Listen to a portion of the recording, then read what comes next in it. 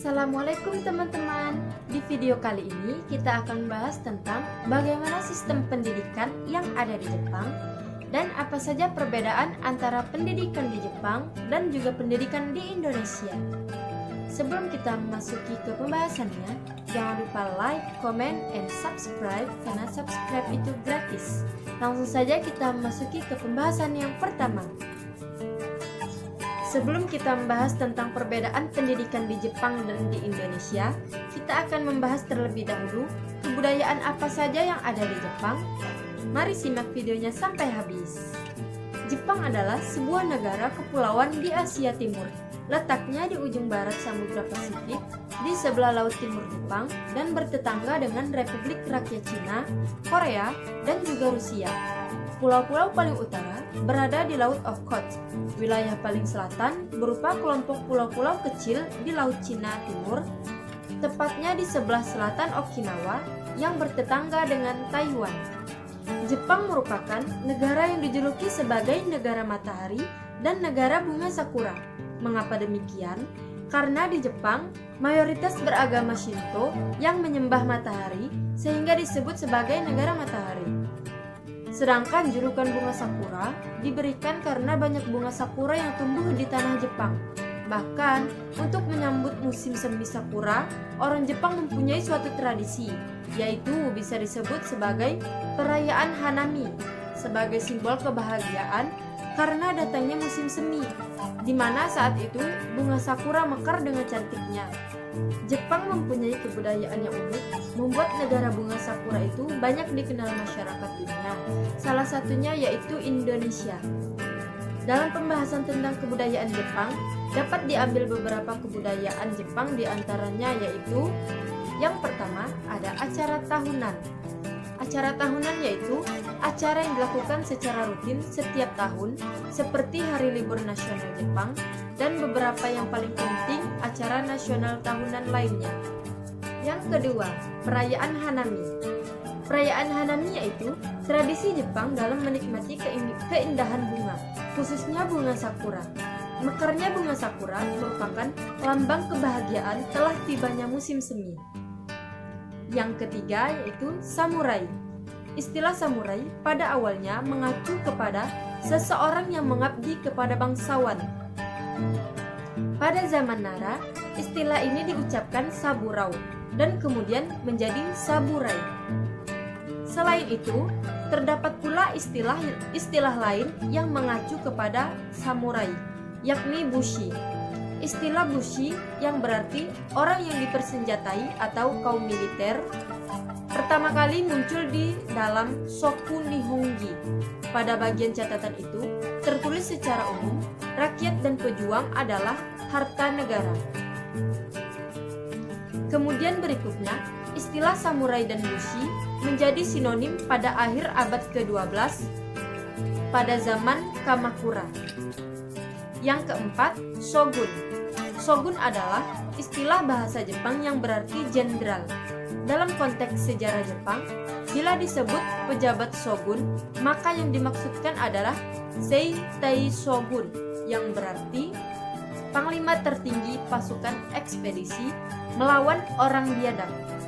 Yang kelima, baju tradisional Jepang. Baju tradisional Jepang adalah kimono. Arti harafiah kimono ini yaitu baju atau sesuatu yang dikenakan. Kimono dibagi menjadi dua macam, yaitu kimono wanita dan kimono pria. Yang keenam, geisha.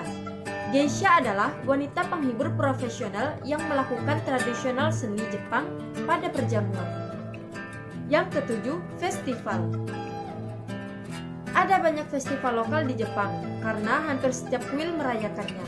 Kebanyakan festival yang diadakan itu setiap tahun dan beberapa festival diadakan selama beberapa hari.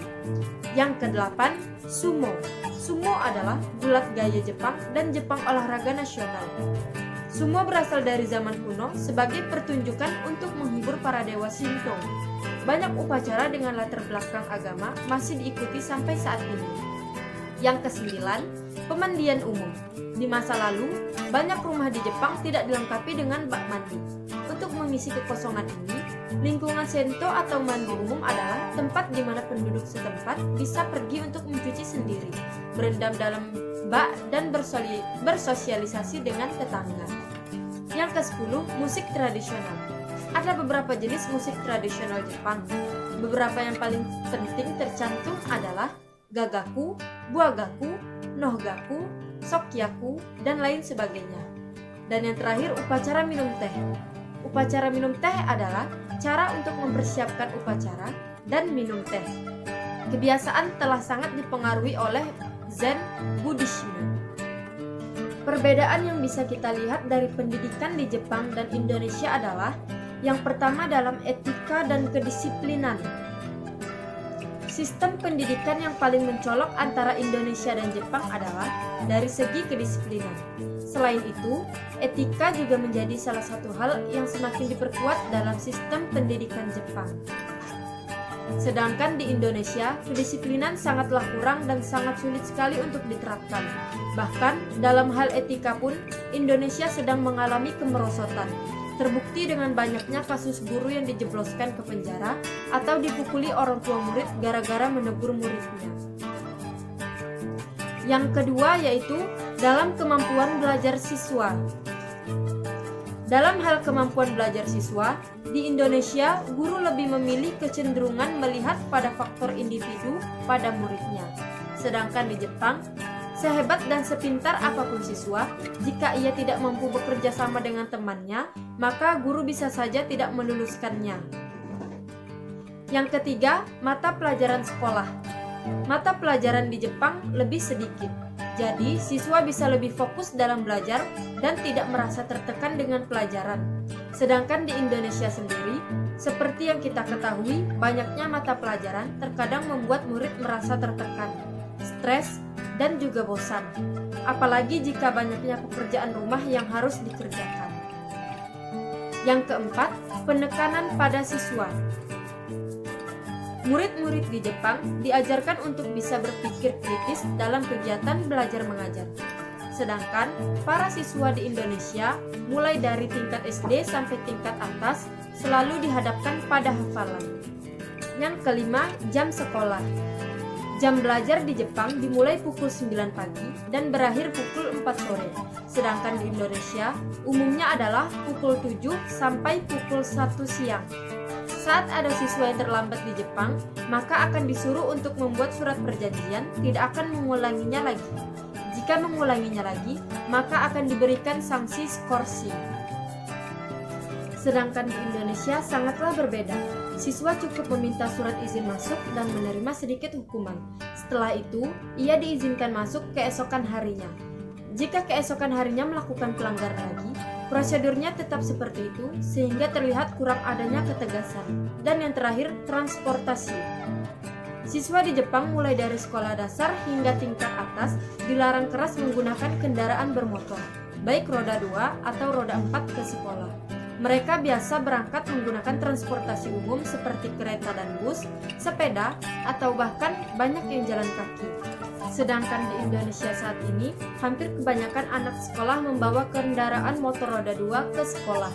Bahkan sebagian anak-anak pejabat di kota-kota ada yang membawa mobil, seolah-olah sekolah menjadi ajang pamer kekayaan. Hal ini sangat miris sekali. Bahkan kendaraan para siswa ini menyumbangkan kemacetan, terutama pada saat waktu berangkat dan pulang sekolah. Nah, itulah perbedaan antara pendidikan di Jepang dan juga pendidikan yang ada di Indonesia. Semoga pendidikan di Indonesia bisa termotivasi dengan pendidikan yang ada di Jepang, sehingga pendidikan di Indonesia akan semakin maju. Sekian penjelasan dari saya. Assalamualaikum warahmatullahi wabarakatuh. Bye-bye.